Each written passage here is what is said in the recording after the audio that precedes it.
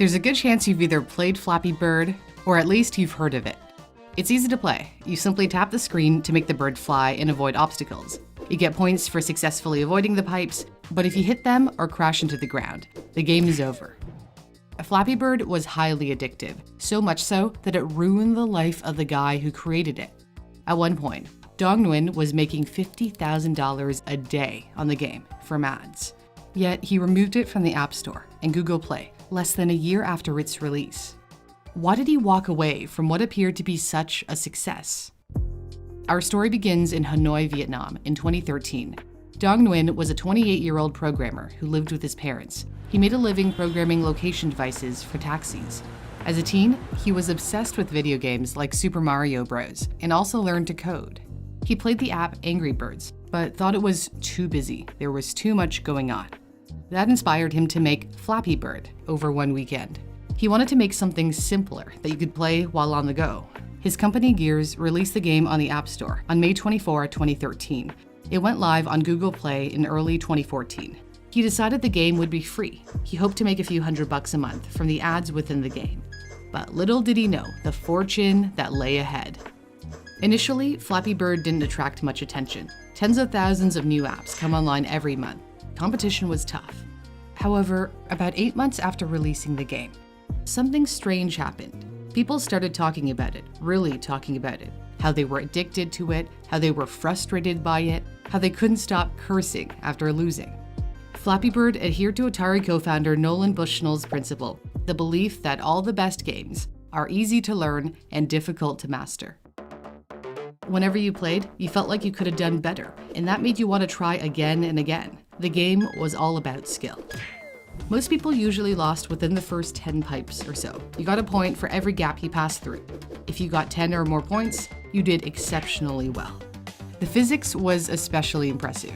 Flappy Bird was inspired by the act of bouncing a ping pong ball against a paddle for as long as possible. Whenever Flappy nosedived, you felt you were along for the ride. Whenever Flappy died, it wasn't so much that Flappy died, but you died. By January 2014, the game topped the charts. It was the most downloaded app in several countries, including the US. It helped that PewDiePie reviewed it on his YouTube channel. Here we go, baby. Here we go. Why is it so hard? By February 2014, Flappy Bird had been downloaded more than 50 million times, netting Nguyen $50,000 a day in ad revenue. You'd think he'd be the happiest man in the world, but no. On February 8, 2014, he tweeted that Flappy Bird was ruining his simple life and that he grew to hate his own game. The following day, he tweeted, "I am sorry, Flappy Bird users. 22 hours from now, I will take Flappy Bird down.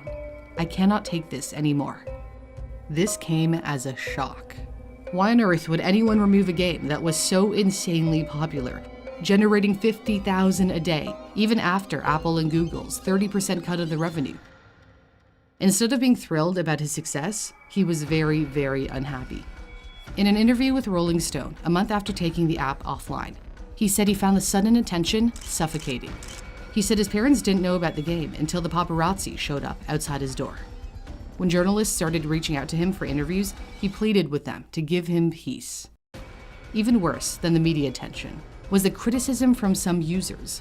He had intended for the game to be played for just a few minutes at a time, as a relaxing break. But in reality, that's not how people use the app. They were addicted. He showed Rolling Stone a message he received from a woman who chastised him for distracting the children of the world. Another person wrote, 13 kids at my school broke their phones because of your game, and they still play it because it's addicting, like crack. Nguyen apparently took these messages to heart. Quote, "At first I thought they were just joking, but I realized they really hurt themselves." In an interview with Forbes shortly after taking the game down, he explained, "It happened to become an addictive product. I think it has become a problem. To solve that problem, it's best to take down Flappy Bird." On February 10, 2014, Flappy Bird was no more. Knockoffs soon flooded the App Store. It was a valiant effort, but people still craved the original. Some tried selling their smartphones with Flappy Bird already downloaded for as much as $100,000. The game was still playable, there just wouldn't be any software updates. However, one seller said eBay canceled his auction because the company policy was that the phone had to be restored to factory settings before it could be sold. After the demise of Flappy Bird, fake news stories swirled around the creator.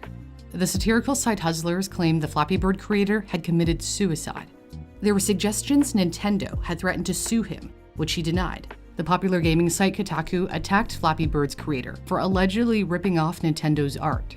Kotaku later ended up apologizing. The addiction, the spotlight, the criticism all proved too much for Nguyen. It appears money, no matter how much, really can't buy happiness. Nearly 2 years after the end of Flappy Bird, Nguyen appeared to be in a much better place. In December 2015, he tweeted, "I'm really happy these days. I finally have a team that I fit in, and we work together well, not alone anymore." He came out with a bunch of other games, and he said that if users thought they were too addicting, he wouldn't hesitate to take them down as well. But luckily for him, none would come close to the success of Flappy Bird. If you'd like to create your own app or product, a strong background in STEM is really important. My go-to tool for brushing up on science, computer science, and math is Brilliant. If you'd like to learn how to make a computer do what you want, Brilliant's Algorithm Fundamentals course is a perfect place to start. By the end of the course, you'll have an understanding of the methods to measure and compare performance, and you'll have mastered the fundamental problems and algorithms. Brilliant is great whether you're in high school, university, or if you're already working. It's full of interactive questions, like these. My personal favorite are the logic courses. In this example, you have to put things in the correct order. They get harder as you go along and build up to some truly mind-bending challenges. There are no tests, and if you ever get stuck, you can view the explanation to see where you went wrong.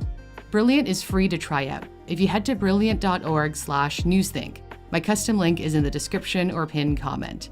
And the first 200 people to use my link will get 20% off Brilliant's premium subscription, which gives you unlimited access to all the offerings. Thanks for watching. For Newsthink, I'm Cindy Palm.